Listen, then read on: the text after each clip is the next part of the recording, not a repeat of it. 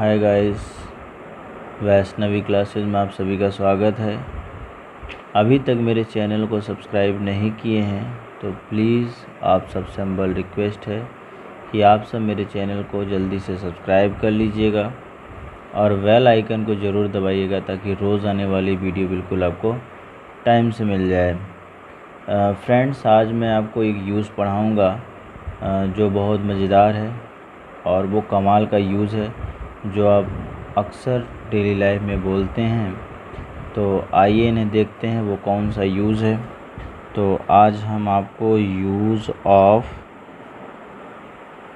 Used to have, ठीक है, use of used to have पढ़ाएंगे।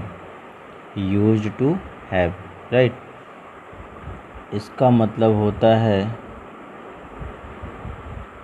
पास हुआ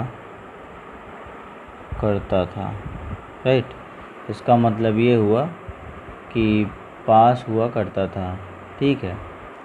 तो अगर मैं स्ट्रक्चर की बात करूँ तो सबसे पहले आप लगाएंगे सब्जेक्ट, उसके बाद लगाएंगे यूज्ड टू हैव। ध्यान से देखिएगा, पहले हम सब्जेक्ट लगाएंगे, उसके बाद यूज्ड टू हैव लगाएंगे, उसके बाद नाउन, कोई भी नाउन आएगा, राइट, क्योंकि पास शब्द आया है। तो पास शब्द आया है तो कोई ना कोई नाउन ज़रूर आएगा, ठीक है। तो आइए देखते हैं, ठीक है। आइए क्वेश्चन की ओर चलते हैं। क्वेश्चन हमारा ये कह रहा है कि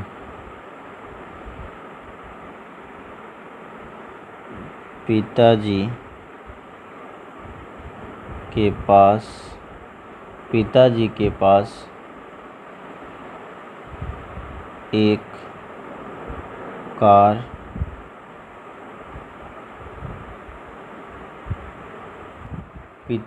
पास एक कार हुआ करता था, ठीक है, हुआ करता था।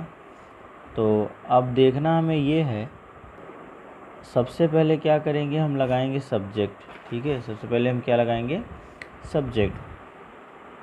सब्जेक्ट हमारा क्या है, पिताजी। तो पिताजी के लिए क्या हो जाएगा, फादर, ठीक है। पिताजी के लिए क्या हो जाएगा, फादर। उसके बाद हम लगाएंगे यूज्ड टू, तो आप लगा दीजिए फादर यूज्ड टू हैव, ठीक है। पिताजी फादर यूज्ड टू हैव। अब ये देखना है कि नाउन, क्या नाउन है, एक कार, अ कार, राइट। पिताजी के पास एक कार हुआ करता था तो father use to have a car, right. Next, दादाजी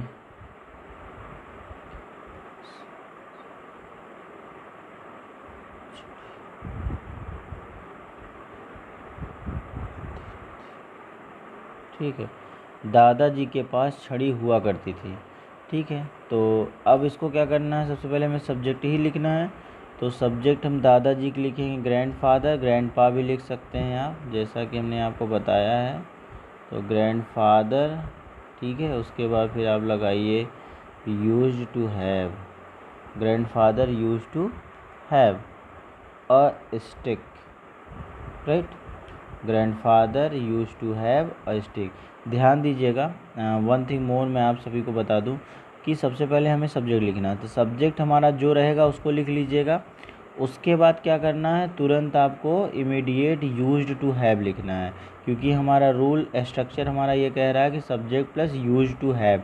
तो हम सबसे पहले सब्जेक्ट लिखेंगे, उसके बाद यूज्ड टू हैव, उसके बाद आपको नाउन लिखना है। तो नाउन आप पहचान ही जाएंगे, नाम होता है, तो इतना आप पढ़ चुके हैं, आप पहचान लेंगे, ठीक है। अगला, ऐसे ही इसके ढेर सारे क्वेश्चन बनाइएगा, 10 क्वेश्चन आप बनाइएगा इसके, ठीक है। आइए निगेटिव भी देख लेते हैं, वीडियो ज़्यादा लेंदी ना करते हुए। निगेटिव का स्ट्रक्चर होता है सब्जेक्ट प्लस डिड नॉट, उसके बाद फिर आप लगाइएगा use to have plus noun. ध्यान दीजिएगा, अभी तक हम क्या लगा रहे थे, यूज्ड टू हैव, ठीक है, यूज्ड टू हैव।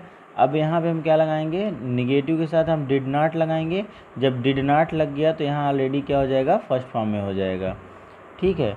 क्वेश्चन की बात करूं और अभी इसी में अफर्मेटिव भी बता दे रहा हूं, आप सब इसके क्वेश्चन बनाइएगा और उम्मीद है कि आप सब इसके क्वेश्चन बना लेंगे, क्योंकि पास्ट इंडेफिनिट का क्वेश्चन आप ज़रूर बना सकते हैं।